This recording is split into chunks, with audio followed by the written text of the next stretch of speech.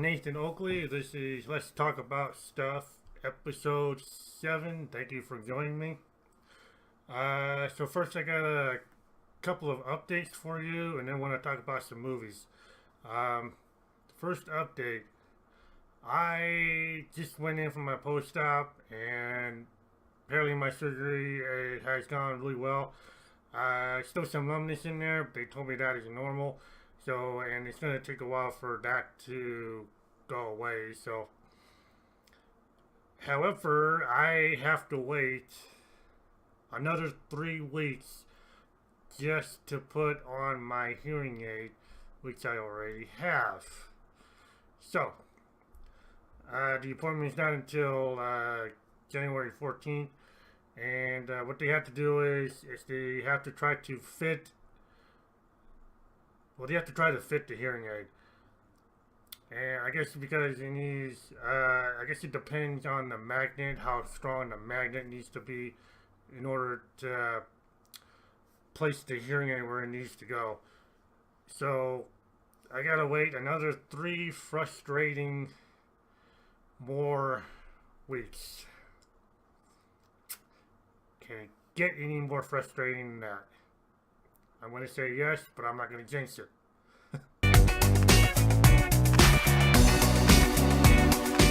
So, my second update. Am I in the right frame? So, my second update is that Fathom Events and DC Comics have announced that they're doing a double feature. Starting with The Death of Superman and the sequel, Reign of the Superman. And it's going to premiere on January 13th and 14th. And it's a very, very, very, very, very, very, very, very limited showing. It's a very limited experience, okay? So what you want to do is go on the Fathom Events website to find out when and where it's going to be playing, wherever it is that you're from. Now, what I'd like to say, I am very excited about this movie, and he said, check out the cast. I mean, this is going to be a very big ensemble cast for the characters on here. Not to mention some of the returning players from this film, including Jerry O'Connell, who voices Superman, and he's also going to be the voice of Cyborg Superman. Not to mention some of the new players they're going to be in this film. Brenda Strong, who's going to be playing Lillian Luthor, who plays Lillian Luthor in the Supergirl TV series. Cress Williams from Black Lightning, he's going to be playing Steel, John Harry Irons, aka Steel. Tony Todd, y'all. Tony Todd is going to be in this, and he's going to be voicing the character of Darkseid. Tony Todd, you guys. This guy's like a living legend to me. This is the Candyman. Candyman, you guys. Tony Todd from the Candyman is going to be voicing the character of Darkseid. How cool is that? Let's see. And we're going to have some, I should probably mention the new characters. Steel, I have mentioned. Superboy is going to be in this one. The Eradicator, and again, Cyborg Superman, also another new character, is going to be in this one.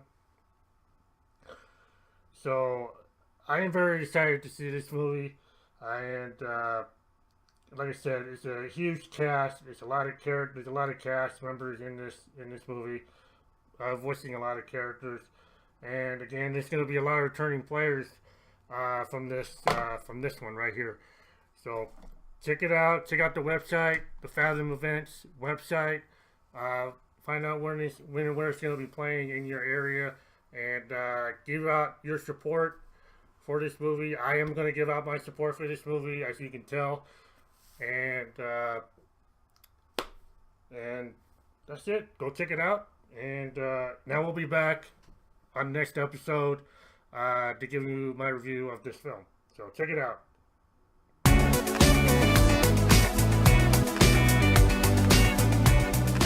So let's talk about movies. We're going to talk about Venom. So, Venom is a Venom is a Marvel Comics film, and it stars Tom Hardy, Michelle Williams, and Riz Ahmed.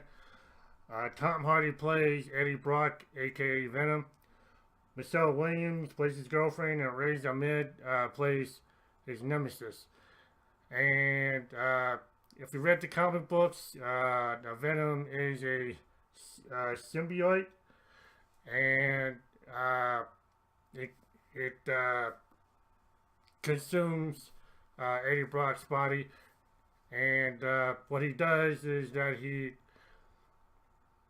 the anti-hero, but he helps. He uses his so-called superpowers to help people. So I thought the movie in general was pretty good. The visual effects were great. The stunts were great. Tom Hardy, I believe, was definitely a good pick to play Eddie Brock. Even though he's an Englishman, he brought that New York accent that he has, that the character had, and brought it to life. And how they were able to create this character is kind of complicated, I would have to say. You'll have to watch the behind the scenes to understand it. But Tom Hardy, the way this guy works hard, he's definitely a really hard worker. When he puts in a lot of effort into his movies, which is why I think he's a great choice to play Eddie Brock. Riz Ahmed plays his nemesis, and Michelle Williams plays his girlfriend, as I said before. As far as dialogue is concerned, it wasn't really that great. I think the dialogue should have been worked on a little bit more. But you know what? All in all, it was a pretty good movie. And if it comes out with a sequel, great. I'll watch it. You know, my advice to you guys: work on that dialogue, because the dialogue was just too fast. It was too much together, and it needs to be spaced out a little bit. It just didn't seem natural to me when people were talking to each other as characters. So, but work on that. So, all in all, I recommend this movie. It is out now on Blu-ray, DVD, and digital. Check it out.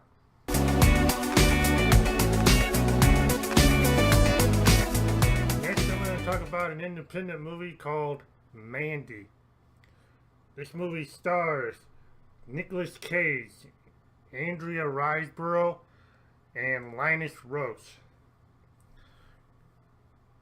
All three of these actors combined was pretty wild.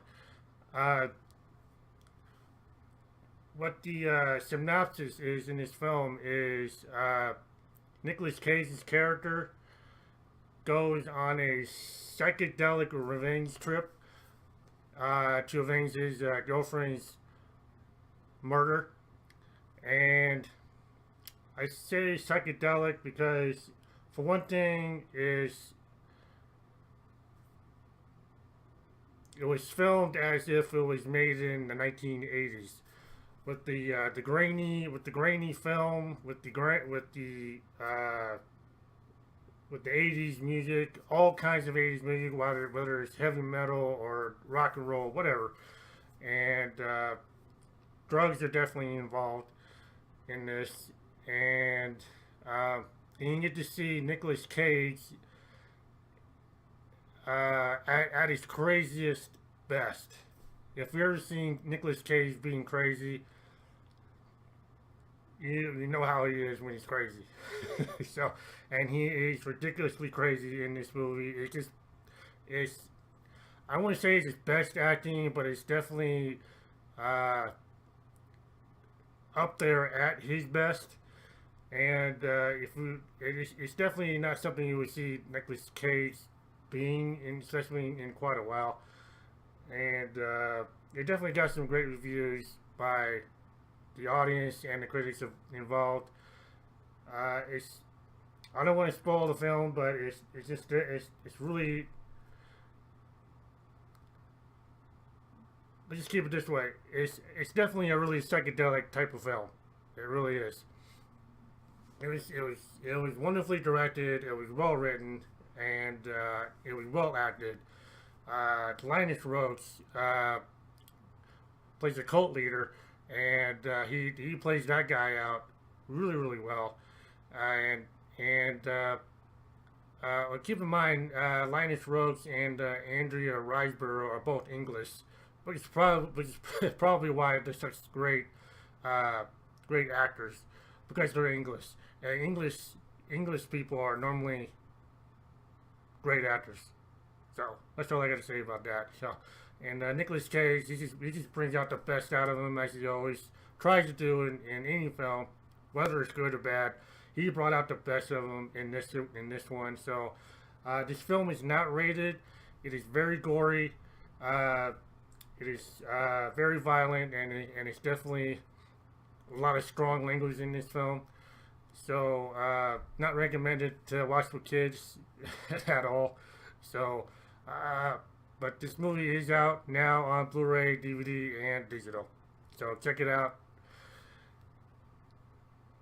at your own risk. Check it out at your own risk. So I'm gonna say with that.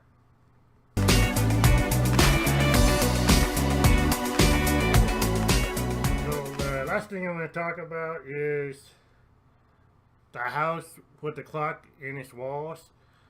It is based on a children's book written out in, somewhere in the 1970s.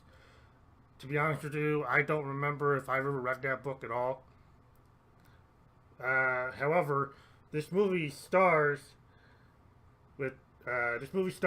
Jack Black, Kate Blanchett, and who else? Owen Vicario and Kyle McKellen.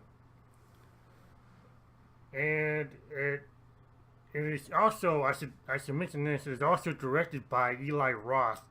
Eli Roth has normally directed horror films. I mean, really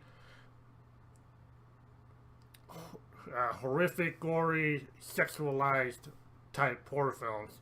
So this is his first kids film that he's ever directed. And he did put some of his horror elements into it. He did want to make it kind of scary, as long as you know, as his kid friendly type scary film. You know, he pulled it off really well. It is a really good movie. The critics enjoyed it. You know, I enjoyed it, and I should also mention I'm not really much of a Jack Black fan. But you know what? Don't worry, Jack. I'm kinda warming up to you.